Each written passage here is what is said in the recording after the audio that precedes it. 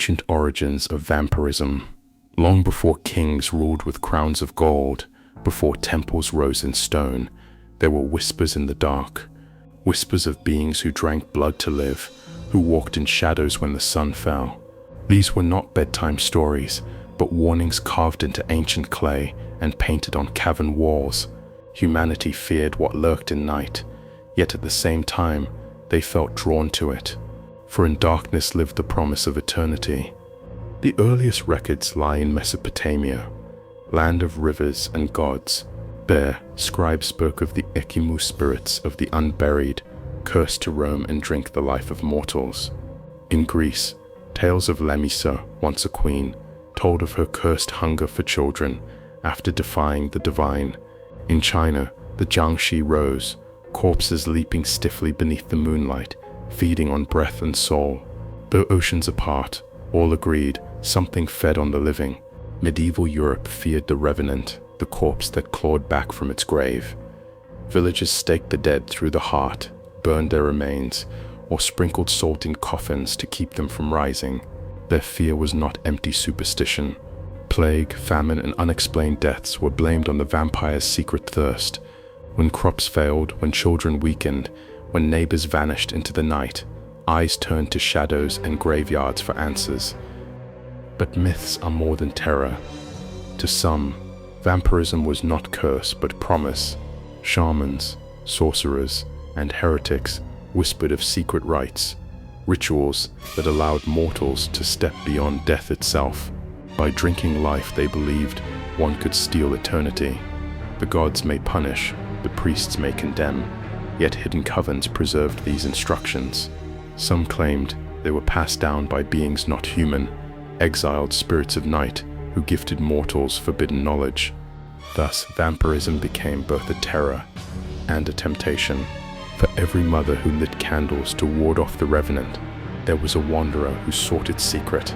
For every priest who condemned the blood drinker, there was a scholar copying fragments into hidden grimoires. By the time centuries passed, what we call the vampire was not one legend, but many, stitched together by blood, shadow, and silence. From these origins comes the ritual we now dare to speak. And so, seeker, you must understand, to become a vampire is not to follow a single culture's tale, but to step into a myth that spans all humanity. Every land gave its curse, every people added their warning.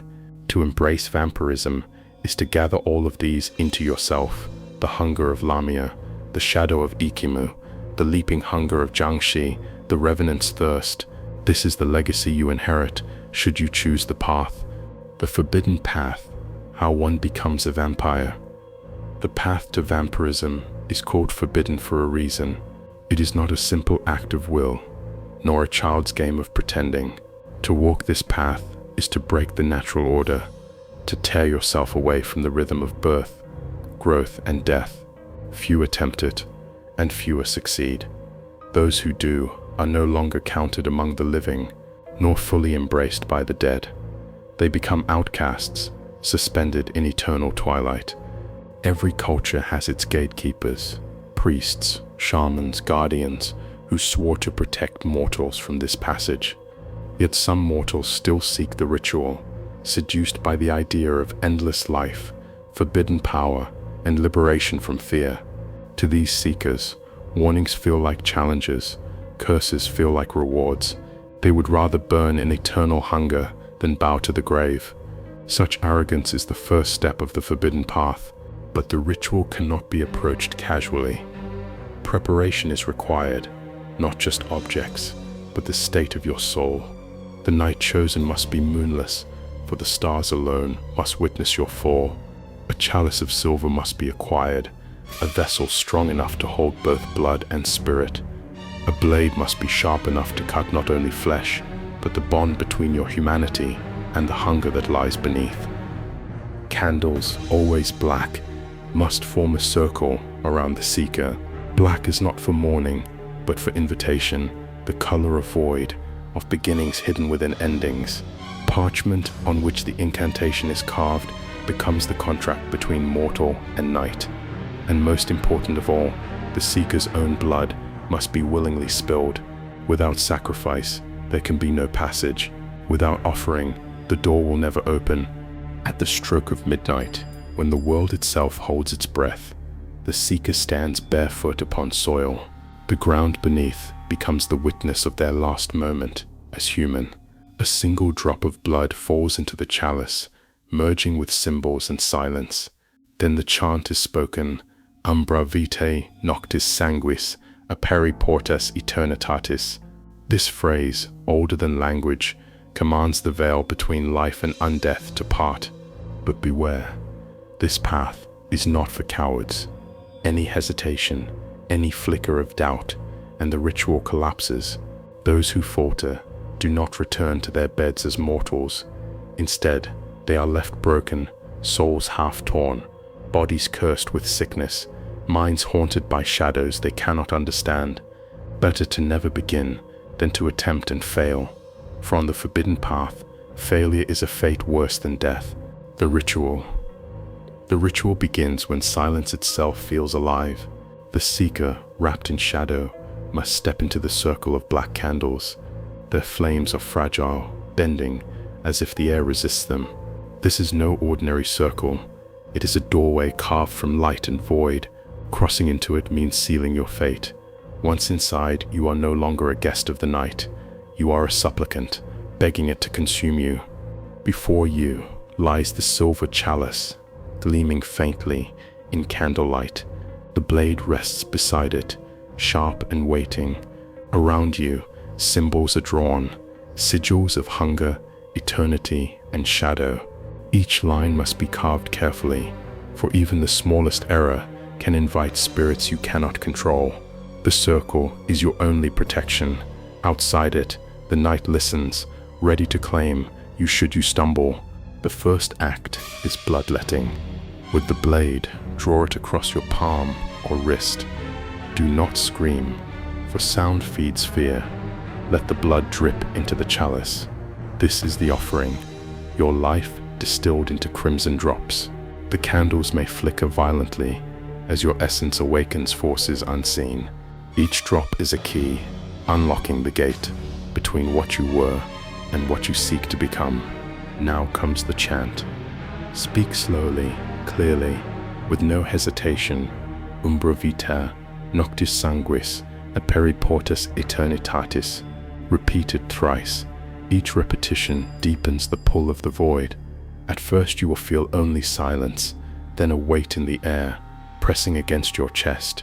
The temperature will drop, your breath will cloud before you. This is the moment the veil thins, when the living and the dead share the same space. You may hear whispers, faint, layered voices overlapping in strange tongues. They are not of this world, do not answer them. Their purpose is to test your resolve. Ignore their promises, their threats, their cries. Instead, fix your gaze upon the chalice. When the final syllable leaves your lips, lift it to your mouth. Drink. The taste is iron and smoke, a fire spreading through your veins. Your transformation begins the moment you swallow. The body resists. Your pulse may thunder. Your chest may seize. Your vision may twist. Some collapse, clutching themselves as though on fire. Others laugh hysterically, driven mad by what they feel. But you must endure, for this pain is the breaking of chains, the tearing of the mortal husk. In that agony, your humanity is unstitched, strand by strand, and when the last thread snaps, you are no longer who you were. The transformation, body and soul. The moment the blood passes your lips, you feel it, your heartbeat falters. At first it slows, then it grows irregular, like a drum losing rhythm. You clutch your chest, but no prayer can restore it. The body fights, refusing to surrender, yet the ritual demands obedience. Each beat grows weaker, until silence reigns, where once life pulsed. In that silence, the first breath of eternity whispers through you. Coldness seeps into your skin. Fingers stiffen, lips pale, breath hangs like mist. Yet at the same time, your senses bloom unnaturally. Every crack in the walls, every rustle of leaves outside, every heartbeat in the distance pounds in your ears. The scent of iron blood, becomes overwhelming, intoxicating. Hunger awakens before the transformation is complete, gnawing at you like a beast chained inside your chest. The eyes change next. Vision fractures, then sharpens. Candlelight no longer flickers. It dances in slow, graceful patterns. Darkness is no longer black. It breathes with shades unseen by mortals. You will see veins beneath skin, faint glows of warmth around living beings.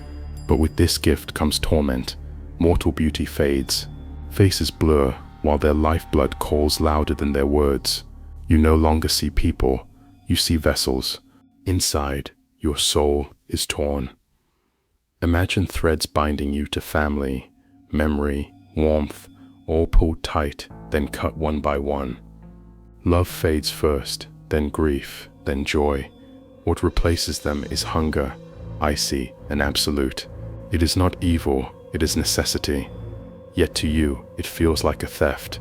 You scream, but the sound is hollow, for your soul is no longer fully yours.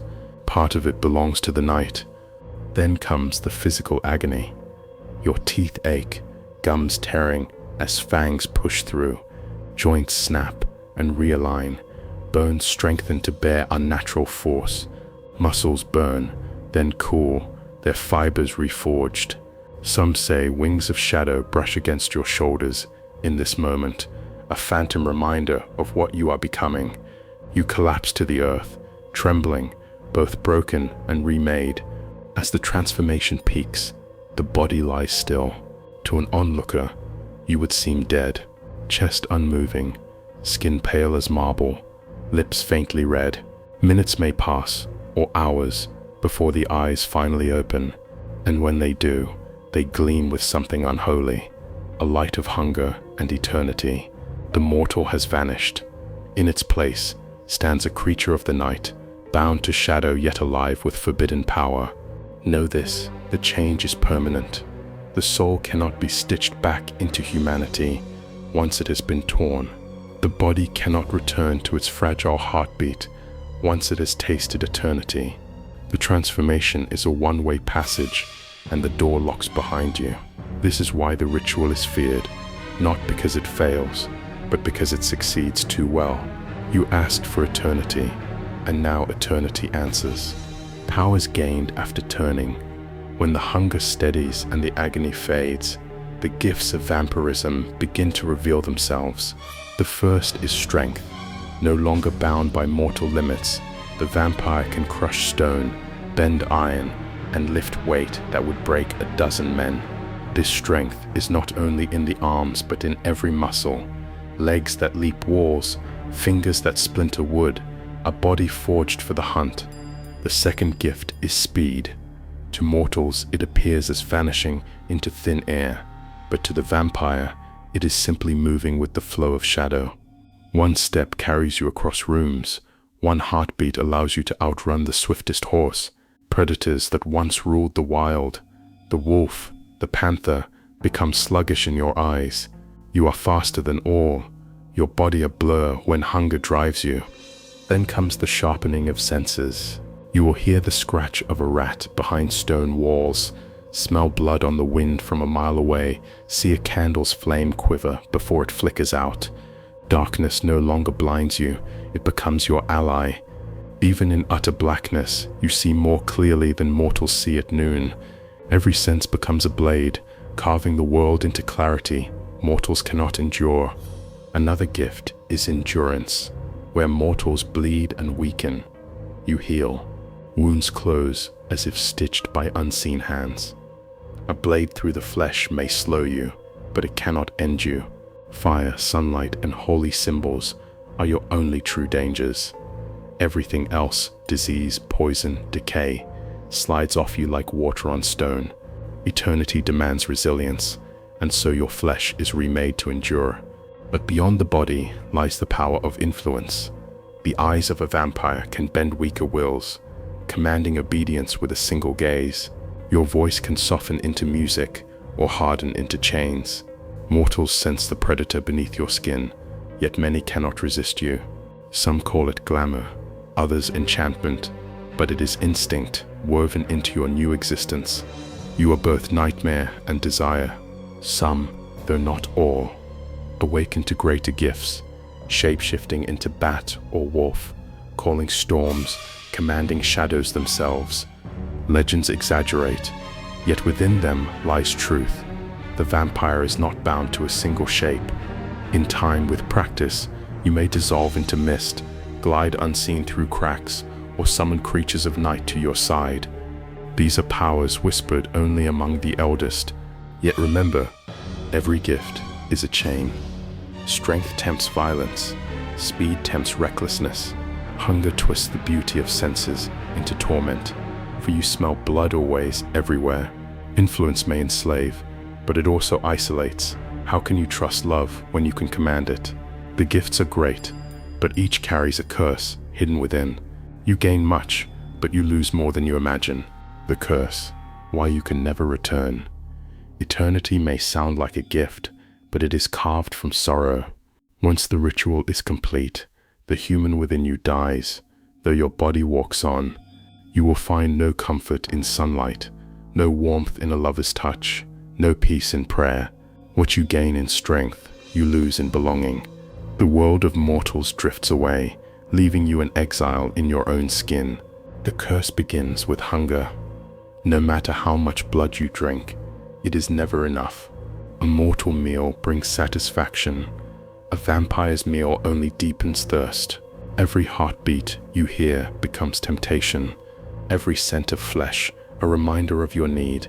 To mortals, you will appear predator. To yourself, you will appear prisoner, shackled by the endless craving that defines your nights. Next comes isolation. Those you once loved will age and wither, while you remain untouched. To stay among them is agony. To leave them is despair. Should you linger too long, they will notice your unchanging face, your unnatural strength. Fear will grow in their eyes, and soon tortures will follow. Thus you wander, century after century, unable to keep family, unable to keep friends. Memory itself becomes cruel. At first you carry the faces of those you loved, the warmth of their laughter, the scent of their presence. But decades grind memories into dust. You will remember their names, but forget their voices. You will recall their eyes, but not their gaze. Slowly the past blurs until only hunger and shadow remain. Immortality devours memory, as surely as time devours mortals. There is also the curse of the sun. To mortals, dawn is renewal, but to you, it is death. The first rays sear your skin, smoke rising as flesh burns. Even glimpses of daylight bring pain, a reminder that you are a creature meant only for shadow. The earth itself seems to reject you, forcing you into crypts, coffins, caves, forever a stranger to the sky. And worst of all, you cannot return. No ritual unbinds what has been done. No priest can cleanse the hunger. No sorcerer can sew back your humanity. Once the blood of eternity runs in your veins, it is there forever. Some vampires, after centuries, beg for death, but even that is hard to find, for you are not easily destroyed. The curse is not only to live, but to keep living, long after you wish to stop. This is why the path is forbidden, not because it is false, but because it is true. Mortals crave eternity, yet eternity is emptiness. They seek power, but power is a chain. They long to escape death, not knowing that death is mercy.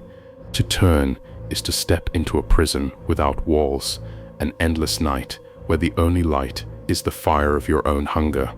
Final warning, Seeker, you have heard the origins, the path, the ritual, the transformation, the powers, and the curse. All has been revealed, and now you stand at the edge of decision. To remain mortal is to walk toward death, yet also toward peace. To embrace vampirism is to seize eternity, but to lose everything that makes eternity worth having. The choice is yours, and yours alone. Do not be deceived by stories that paint vampirism as romance or glory. These are lies told by those who never faced the hunger. What awaits you is not love but need, not freedom but chains. Even the most ancient vampires, those who rule in shadows, carry sorrow deeper than oceans. They envy mortals more than mortals envy them. Remember this before you light the candles. If you choose to turn, know that there is no undoing. The ritual cannot be reversed. The curse cannot be cleansed. You will live centuries, yes, but you will watch worlds crumble, kingdoms fall, lovers turn to dust. You will walk among strangers who fear your gaze, never again embraced by the warmth of family. Hunger will be your companion, shadow your only friend. So I give you this final warning. Do not step lightly. Once the chalice touches your lips, you cannot spit it out. Once the chant leaves your tongue, you cannot silence it. You will be bound body and soul to the endless night. Some call it a gift, but the wise know it is a curse. The decision is yours. Choose carefully, for eternity listens. Subscribe for more inspiring videos.